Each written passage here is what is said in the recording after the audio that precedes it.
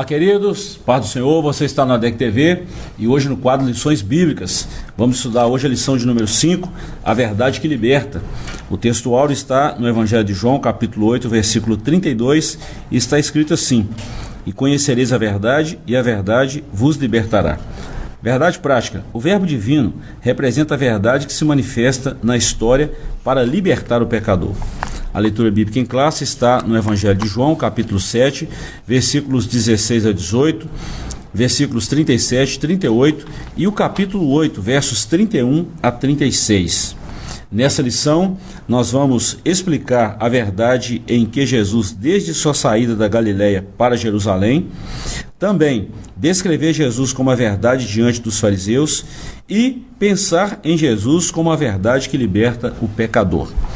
Professor Joás, presbítero Edivaldo, nós estamos diante de uma lição muito boa e de um dos versículos mais citados no Novo Testamento, um dos, né?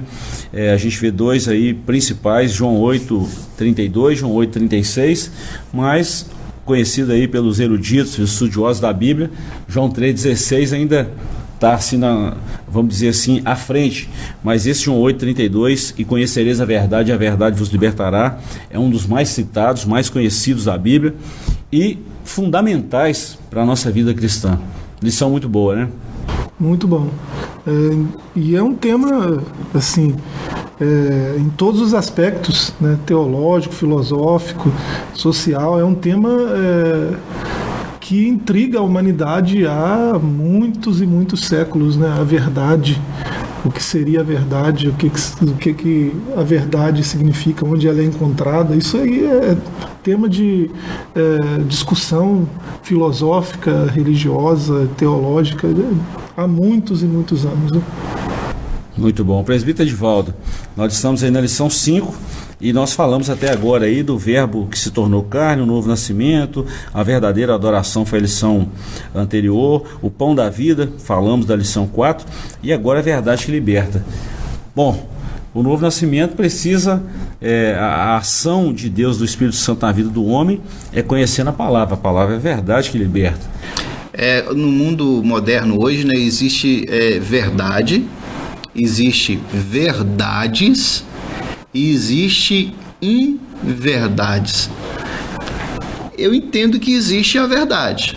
Fora disso, para mim é mentira. Então, uma inverdade é mentira e verdades também são mentiras. Existe a verdade. E nós vamos estudar isso no prisma da própria verdade que é o Senhor Jesus. Ele disse: eu sou a verdade. Né? Então, aí nós vamos aprender que no caráter humano, né, esquece um pouquinho o caráter divino, mas no caráter humano, ele foi o ser com uma integralidade, de uma honestidade. Nele, a verdade era plena. Não houve dolo na sua boca, a Bíblia diz isso. Então ele é o ser moralmente verdadeiro. Por que então que nós vivenciamos e falamos de verdades? Porque tem algo em nós que nos leva a falar em verdades e verdades, que é o pecado. O comentarista foi muito feliz em trabalhar no caráter de Jesus quanto a sua pátria, quanto os seus patrícios, quanto o local onde ele vivia, quanto ele diante daqueles que eram detentor da verdade, que eram os fariseus, e diante também dele se apresentando como a verdade absoluta. Então isso é maravilhoso para a gente poder pensar aqui, tanto na questão social, como já disse o professor Joás, filosófica e teológica. Bom, Jesus diante de Pilatos, claro que nós estamos falando lá no interrogatório, momentos antes da sua morte, Pilatos perguntou para ele o que é a verdade. É um tema muito bom, já que nós estamos falando desse texto aqui, né, professor? O que é a verdade? E virou as costas, não quis ouvir, né? Ele ia ter uma bela resposta, não ia, professor? Com certeza, estava diante dele, né? A verdade em pessoa estava diante dele. E assim, a verdade, a gente tenha conhecimento dela ou não, ela faz parte, assim, uma parte importante da vida de todos nós. De todos os ideais humanos, ela é o mais importante, né, a verdade, porque a gente, para investigar uma situação, um crime, por exemplo, né, busca-se encontrar a verdade dos fatos, né, para balizar outros ideais humanos. A gente precisa da verdade, né, porque você chega diante de um homem mau, né, que pratica maldades, e às vezes ele nem sabe que é mal. Ele nem oferece resistência ao mal porque ele não sabe que ele é mal. Se você for conversar com ele, ele vai colocar: a minha verdade é que eu não sou mal. Essa é a verdade dele. Assim, fica essa discussão. Essa é a sua verdade, a minha verdade é outra. E não existe isso, existe a verdade. Aí, quando você olha para os fatos, vamos botar algum exemplo aí para ficar mais tranquilo, né? Um estelionatário que faz fortuna, né, enganando pessoas, é uma prática boa ou uma prática má? É lógico que isso é mal. Como que eu sei que isso é mal? Pela verdade. O bem, que é outro ideal humano, é medido pela verdade. Isso acontece com tudo na nossa experiência. Tudo passa pelo crivo da verdade, né? Então não existe essa de que essa aqui é a minha verdade. Você vai conversar com esse cara: não, eu comprei esse iate aqui graças a Deus, por causa do meu negócio que deu certo. E o negócio dele é enganar os outros, né? E assim, dá graças a Deus por ter aquela fortuna que ele conquistou de uma forma desonesta. Como assim, né? Então um sujeito tem total desconhecimento da verdade. E a verdade para ele é algo totalmente relativizado, né? Não faz sentido nenhum. Bom, tem um texto aqui também que nós poderíamos citar e vamos citar, João 14,6, Jesus falou: eu sou o caminho, a verdade e a vida. Ninguém vem ao Pai senão por mim. Bem na nossa introdução, comentarista muito feliz em falar que a verdade, ela foi encarnada. A verdade, o próprio Cristo, o próprio Deus, a própria palavra, que é a verdade. Quando você falou disso aí, professor Joás, presbítero Edivaldo, a verdade é a que nivela, né, entre o certo e o errado, assim, na nossa concepção humana. Então tem esse discernimento. Verdade, o próprio Cristo. E nós vamos estudar isso aqui. Como que essa verdade liberta, presbítero Edivaldo? A verdade liberta a partir do momento que você conhece. Por isso que o versículo diz: e conhecereis. Esse verbo conhecer, ele requer uma ação de quem quer conhecer. Tem pessoas que querem viver na ignorância.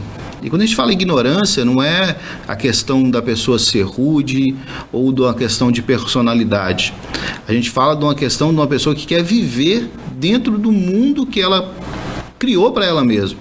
Mas e graças a Deus que nós vivemos num país democrático, mas a democracia também, ela traz direitos e deveres.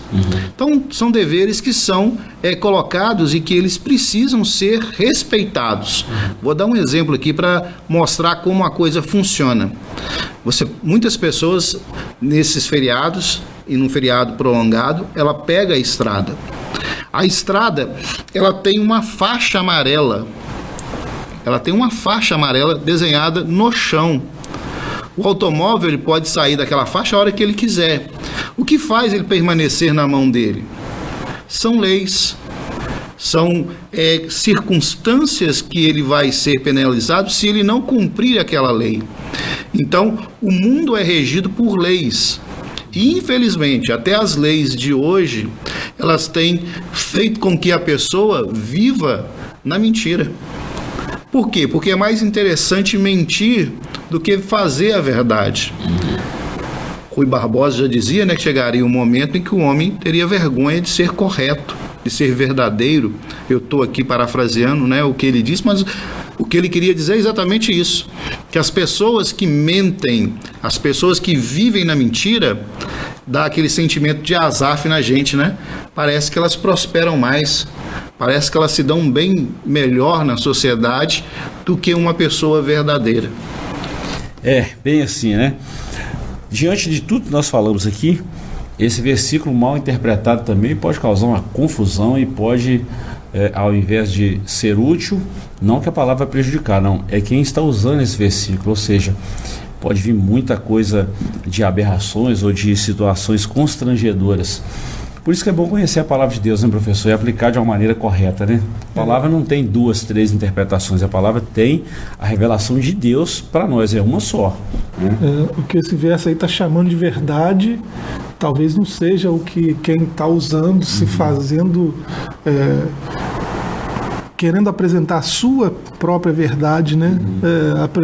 Trazendo esse versículo à tona, né? Talvez o que esse versículo está chamando, talvez quase sempre né? O que esse versículo está chamando de verdade não é a mesma coisa que aquela pessoa está dizendo que é verdade, né?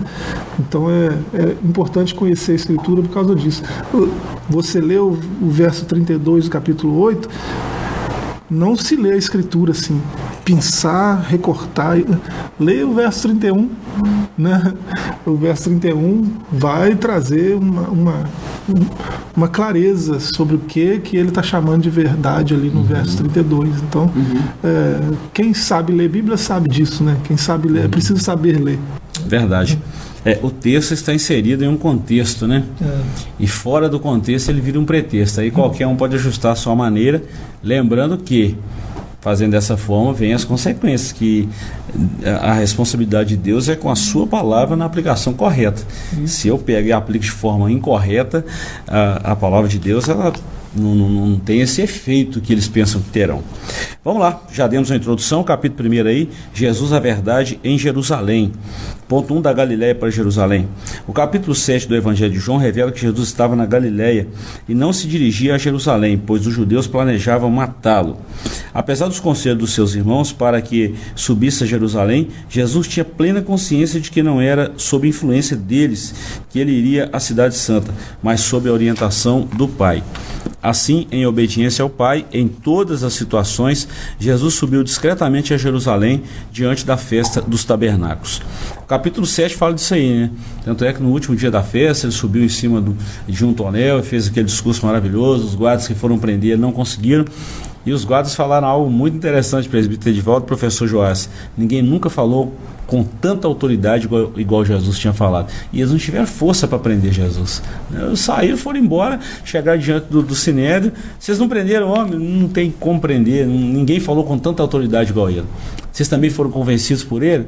Eles ficaram tão perdidos, né, e tão revoltados que eles começaram a usar de retórica, de falácia, né? Mas vocês, guardas, né? Vocês são simples aí. A plebe, né? Você também creu nele? Por acaso alguns dos magistrados, alguns dos príncipes creu nele? E levanta Nicodemos, né?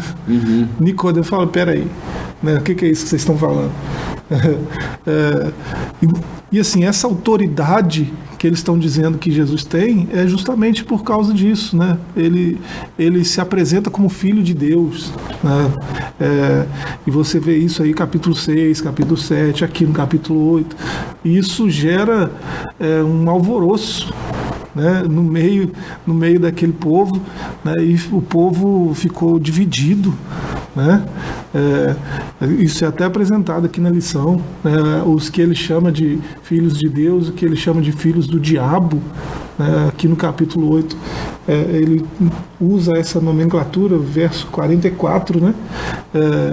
E até no verso 44 que eu estava pensando quando eu falei que outros ideais humanos são medidos pela verdade, né? Você sabe o que é bondade por causa da verdade, você sabe o que é justiça por causa da verdade, e a verdade está personificada em Jesus, né? E Jesus é o Logos que se fez carne. O salmista, Salmo 119, verso 160, ele diz que a soma das suas palavras, toda a sua palavra é verdade, né? Se eu pegar todas as palavras que Deus disse, tudo que Jesus falou, se eu juntar isso tudo, se eu fizer a matemática corretinha, eu tenho a verdade, né? Então, é esse que está falando aí, né? E esses homens não conseguiram crer em Jesus, não aceitaram as palavras de Jesus, não obedeceram às palavras de Jesus, porque eles são filhos do diabo, né? Eles mentem desde o princípio, então não conseguem se firmar na verdade, porque a base deles é a mentira. Então isso acontece quando a gente volta aí no verso 31 que eu falei, que faz a gente entender o 32, né, a gente percebe a mesma dinâmica. Né? Vocês são meus discípulos porque vocês obedecem as palavras que eu falo. Né? Então, aí depois ele começa a falar sobre verdade. Todas as palavras dele são verdade. O que ele está falando é verdade. Vocês não precisam de água porque vocês já estão purificados pelas palavras que eu falo. Né? Então, 17, João, né? Santifica-os na verdade. A tua palavra é a verdade. Então, se a gente juntar, fizer o cálculo direitinho, a gente vê que a verdade está personificada nele. Né? E se alguém obedecer, se alguém seguir, se alguém decidir viver a vida de acordo com o que ele está dizendo, né, essa pessoa vai se firmar na verdade. Porque a verdade é como essa rocha que jamais pende para lado nenhum, jamais pode cair, jamais pode ser destruída. Né? A verdade está sempre lá, desde o começo até o final. Podemos dizer então, professor e presbítero Edivaldo, nesse ponto da verdade, e conhecereis, isso é uma prática do dia a dia, né? Quanto mais eu leio, quanto mais eu vivo, quanto mais eu conheço, Oséias 6,3, né? O profeta, né, ele diz, conheçamos e prossigamos em conhecer. E é interessante, quanto mais você conhece, mais você percebe que você não conhece. É uma coisa que nunca acaba, né? Quanto mais você se aproxima do conhecimento de Jesus, mais você quer conhecer, porque é um poço sem fundo, né? O conhecimento dessa verdade. E pela nossa limitação humana, pela questão do pecado, e o pecado ele é o grande vilão da mentira, né?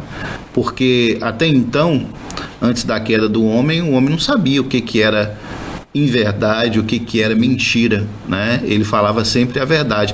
E a primeira coisa que ele faz é mentir, depois da queda do pecado. É importante se conhecer justamente por isso, né?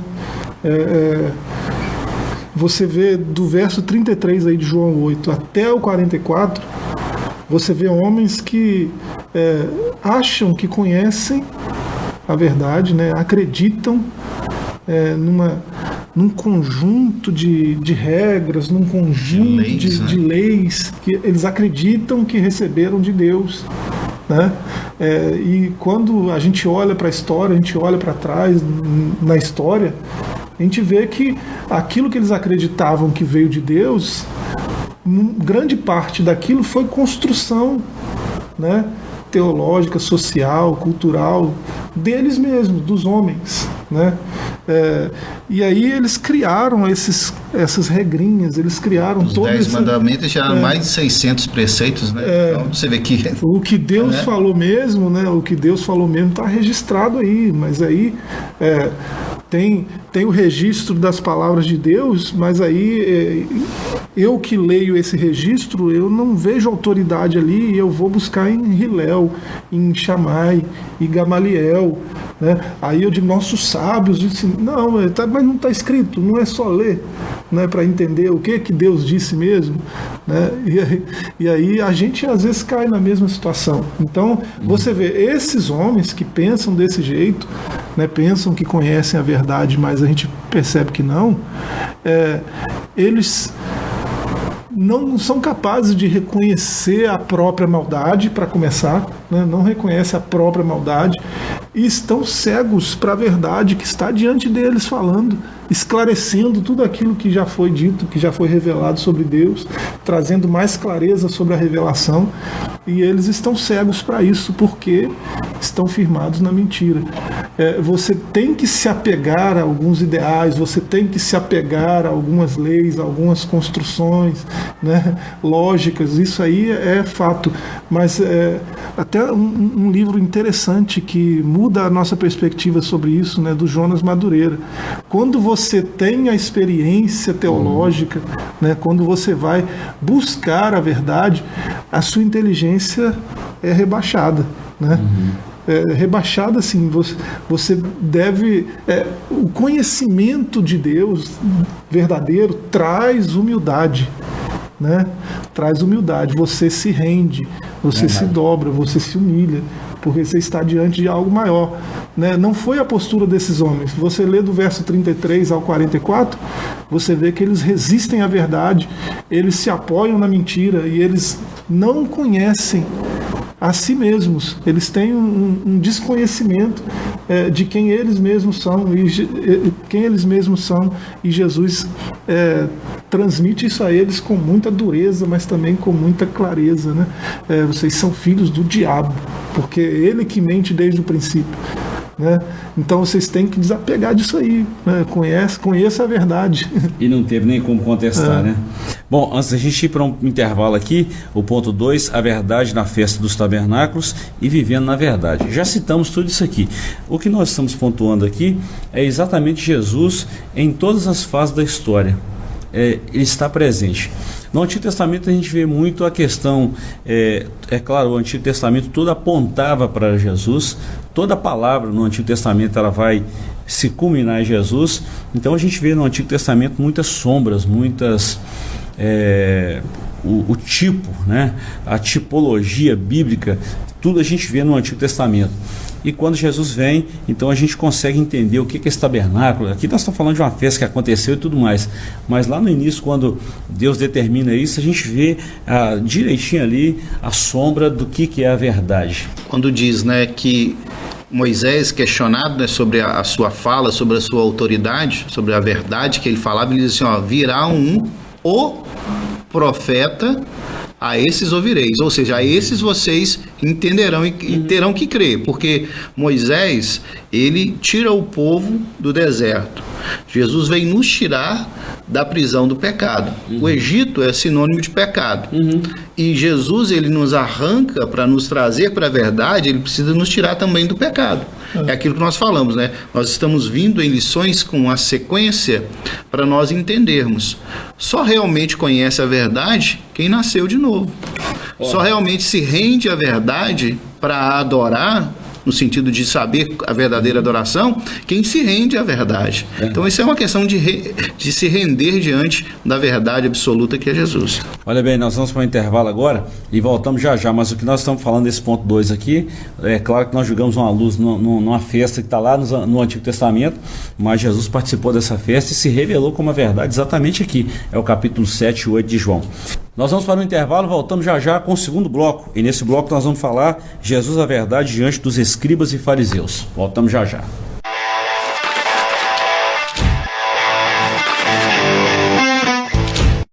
Estamos de volta com o seu ADEC TV, nós estamos falando hoje da lição de número 5, a verdade que liberta. Bom, professor e presbítero Edivaldo, encerramos aí o bloco anterior falando da festa dos tabernáculos, onde Jesus se manifestou, e a gente veio no capítulo 7 de João, e depois ele fala que nós devemos viver na verdade, e Jesus estava diante dos fariseus, dos escribas. Professor, homens que... eu li um livro muito bom, um livro muito antigo. Você já deu aí um insight aí do Jonas Madureira, né? A Inteligência Humilhada. E esse livro é um livro secular, O Monge Executivo. E o autor desse livro fala que na época em que os escribas eram chamados na época em que os advogados eram chamados de escribas.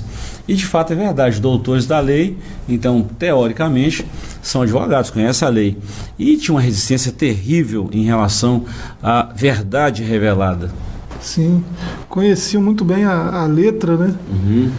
Mas não eram capazes de captar o espírito da coisa. Ficavam muito presos na literalidade, né? Não conseguiam aprofundar, ir além daquilo que estava escrito. Nem tanto ir além, né?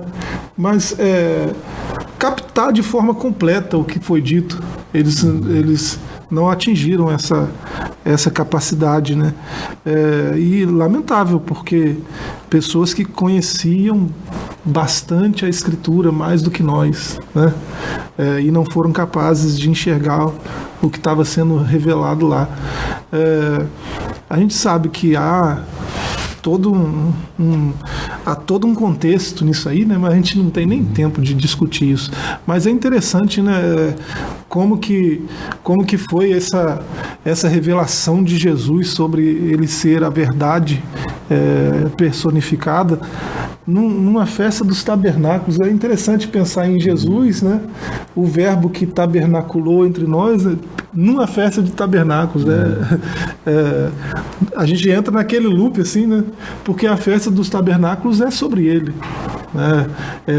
O povo sai de dentro da segurança, né, da sua casa mesmo, né, até dos palácios, né, e vai passar um tempo fora, em tendas, que é uma moradia temporária, né, para relembrar como que foi, né, a peregrinação no deserto, relembrar, né, como que o coração deles ardia pela promessa, né, de uma terra prometida, né, de uma fartura, de uma abundância, e assim, tanta coisa ali apontava para Jesus, né, tanta coisa, e quando ele finalmente veio, é interessante perceber ele que é o antítipo do tabernáculo, né? No tabernáculo é muito assim, é até engraçado, né, de pensar. Por isso eu citei o Antigo Testamento, presbítero Edivaldo, para mostrar, porque agora a gente pode falar isso, né? A gente está, né, exatamente no ápice dessa conversa, porque ainda existem muitos cristãos que pensam assim, o Antigo Testamento acabou, só o Novo. E o Antigo Testamento é a palavra de Deus. É a mesma palavra, né? É o mesmo Deus. Não deixou de existir o Antigo Testamento, não perdeu o seu valor. Ele é a nossa sucá, né? Ele que nos faz lembrar do tempo que nós fomos escravos, que nós vivemos oprimidos, né, pelo pecado, pelo mal, né? E ele veio e nos resgatou, né? Nos tirou das trevas para a sua luz. Mas aí entra uma palavrinha que os teólogos gostam muito de usar, a questão da midrash, ou de você poder alencar algo do Antigo Testamento com o Novo Testamento. A Bíblia, eu sempre ensino isso, até no IBAFEC, ministrando teologia do Novo Nascimento, que o ideal é você saber fazer uma leitura da Bíblia no seu todo, nos seus 66 livros, não só nos 27 livros do Novo Testamento, mas você fazer uma leitura, você lê lá, eu sou o pão da vida, e você fazer uma conexão com o maná, eu sou a luz do mundo, no princípio a luz, né? Aquela luz cósmica, aquela luz solar, você tem uma noção do que eles estão dizendo, porque eles estão reescrevendo o Antigo Testamento para o Novo. Então, eu preciso conhecer o Antigo Testamento, e eu sempre gosto muito de perguntar, né? A gente chega aqui no IBAFEC presencial, ou no IBAFEC você que faz em EAD, ou nos nossos polos em outras cidades, eu sempre pergunto, pastor Adriano já passou aqui com a teologia do Antigo Testamento? Já. Então, primeiro, eles veem o Antigo Testamento, para depois vem o Novo. Por quê? Porque é interessante você saber fazer essa leitura geral, porque a Bíblia é um livro só.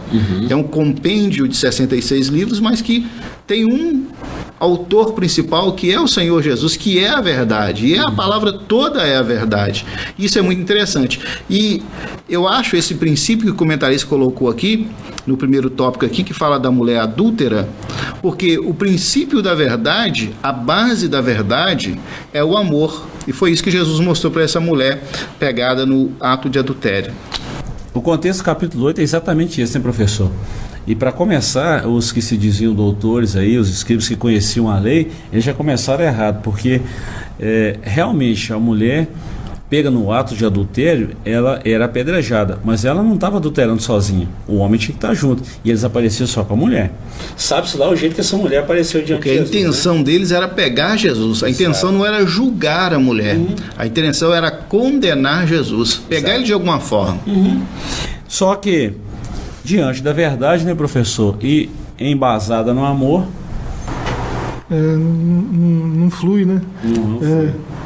Bom, nós vemos aí o ponto 1 aí, falamos aí essa verdade do episódio da mulher adúltera, que Jesus ele se manifesta, claro, com verdade e em amor, e a gente sabe o que aconteceu. Aí ele se revela. Jesus é a verdade revelada, e o ponto 3, a verdade que o mundo precisa. Deixa eu ler 2 parágrafos e a gente fecha esse capítulo 2 aqui. O episódio da mulher apanhada em adultério ilustra a resistência dos escribas e fariseus em aceitar a verdade que Jesus representa. Isso nos permite concluir que, independentemente do grau de resistência que o ser humano possa manifestar, nada consegue obstruir a verdade de Jesus. Não é por acaso que ele próprio declarou: disse-lhe Jesus, eu sou o caminho e a verdade e a vida. Ninguém vem ao Pai senão por mim. Essa verdade não é apenas genérica, é uma verdade encarnada. E vimos, João fala isso, né? Vimos a sua glória como unigênito do Pai, nele estava toda a verdade, e o texto segue. A verdade que o mundo precisa conhecer. Muitas pessoas procuram a verdade na filosofia através de um conjunto ético que guia as suas vidas. Outras examinam a verdade na lógica, utilizando a ciência como forma de compreender o mundo. Há ainda quem busca a verdade no esoterismo. A realidade é que o mundo carece do entendimento da verdade única, que se manifesta como uma realidade divina, plena em Deus, que se separa desse mundo enquanto mantém uma relação com os seus habitantes. Isso só pode ser alcançado por meio de uma conexão viva com a pessoa bendita de Jesus, nosso Salvador. 300 anos antes de Jesus, a gente já vê aí o ápice da filosofia, a mãe das ciências, e a gente já vê aí grandes filósofos discutindo assuntos da alma, do conhecimento, do saber, da morte, e depois vem um dos mais recentes, Sêneca, da tranquilidade da alma e tantas outras coisas aí. Professor, a verdade revelada está na palavra de Deus, a encarnada em Cristo Jesus. Como essa verdade se manifestou ali na vida dessa mulher, né, foi impressionante, trazendo a misericórdia à tona, né, porque a lei previa isso também, né, a lei previa. Mas na cabeça daqueles homens que tiveram essa audácia, né, de provar Jesus, de novo, não foi a primeira vez, né? Certamente passou assim, peraí, se ele for literalista, né, se ele falar cumpra-se a lei, o povo vai apedrejar ela e ele vai ser assim cobrado como um fundamentalista, né, algo assim, porque qual foi o último apedrejamento de que se teve notícia? Depois do Império Romano, né? Porque quem poderia produzir a pena capital era quem tinha autoridade máxima naquela circunstância ali, que era os que representavam Roma. Ia colocar Jesus contra o imperador. Roma, contra o imperador. E se ele fala não, o que aconteceria? Ele seria contra a própria lei. Ele não é profeta, que ele está contrariando a Escritura. E ele foi, né, no cerne da lei, que é a misericórdia, que é o amor, a compaixão, né? Quem não tem pecado, que seja o primeiro. Tudo bem, vamos cumprir a lei. Quem aqui que não tem pecado? Isso. Está citado aqui o Colossenses, carta do apóstolo Paulo aos Colossenses. A carta ao Colossenses é uma carta teológica por si só, mas esses versículos 9 e 10 do capítulo 2 diz assim: pois nele habita, nele quem? Jesus, corporalmente, toda a plenitude da divindade, e nele a cabeça de todo principado e poder, tendes a vossa plenitude. Ou seja, ele é a autoridade máxima, porque ele é a verdade. O que delega a autoridade? Quem vive a verdade. Então Jesus, ele é a autoridade máxima, é a verdade. Um juiz, ele sustenta a sua pena, quando ele vai aplicar a pena, em que? Na verdade.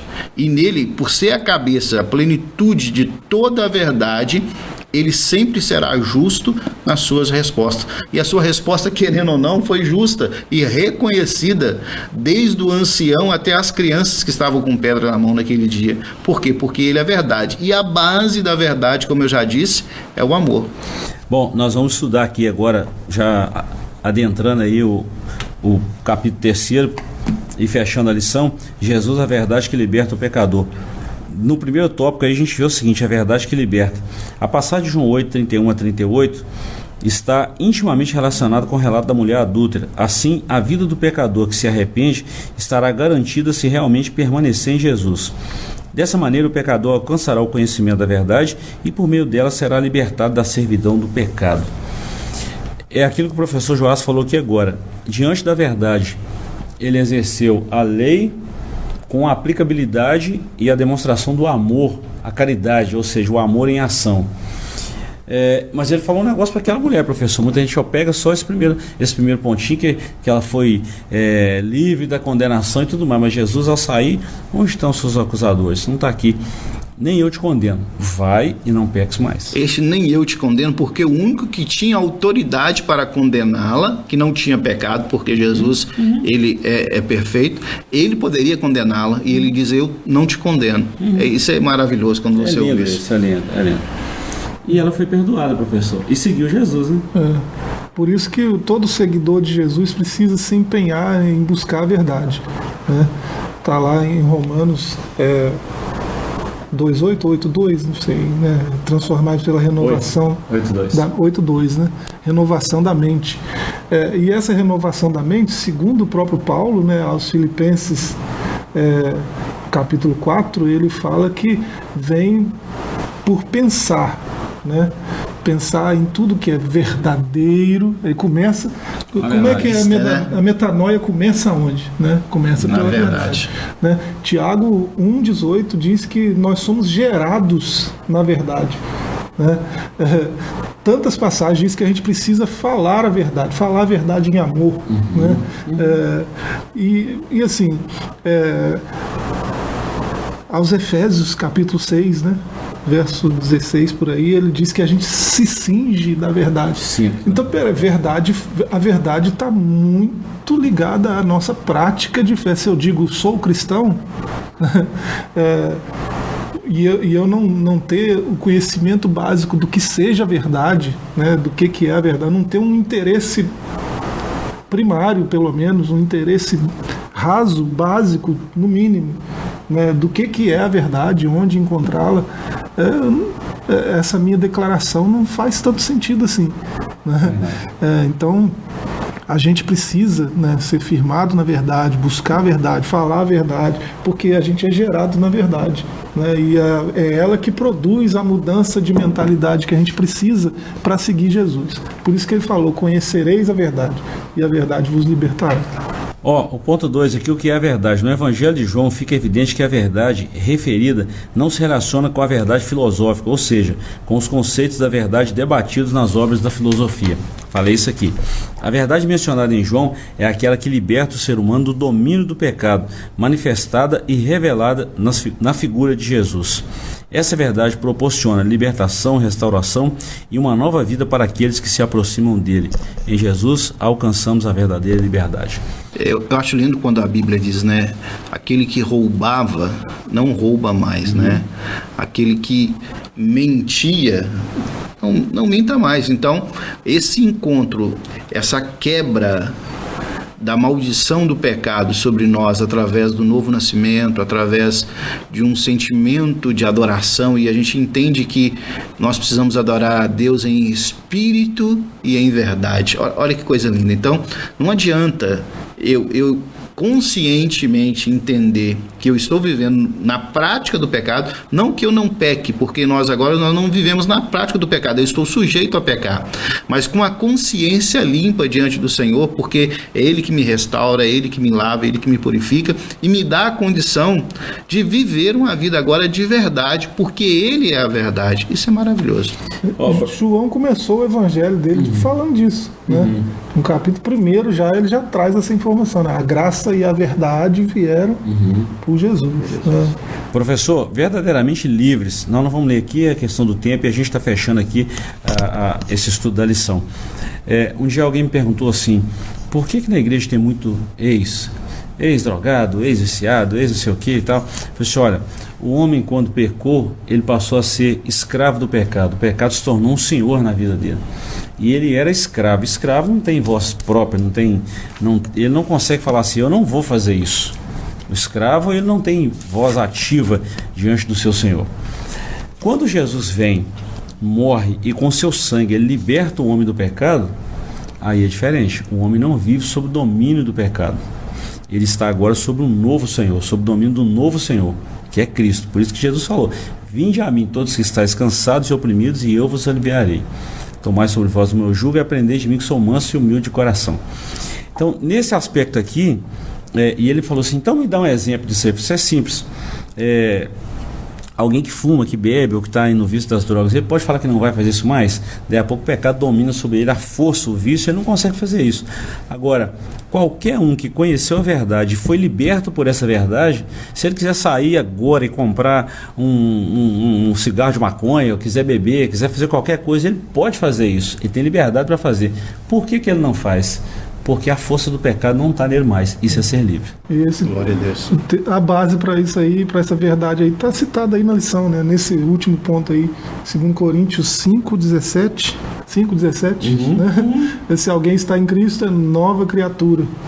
As coisas velhas passaram, tudo se fez novo, né? Então, esse novo nascimento, essa regeneração, né? Esse processo da salvação que veio pela graça, vem também pela verdade, né? Por isso que João 1,17, né? A graça e a verdade vieram por Jesus. A obra da redenção passa pela verdade. Olha o quanto a verdade é importante, é valiosa para nós, né?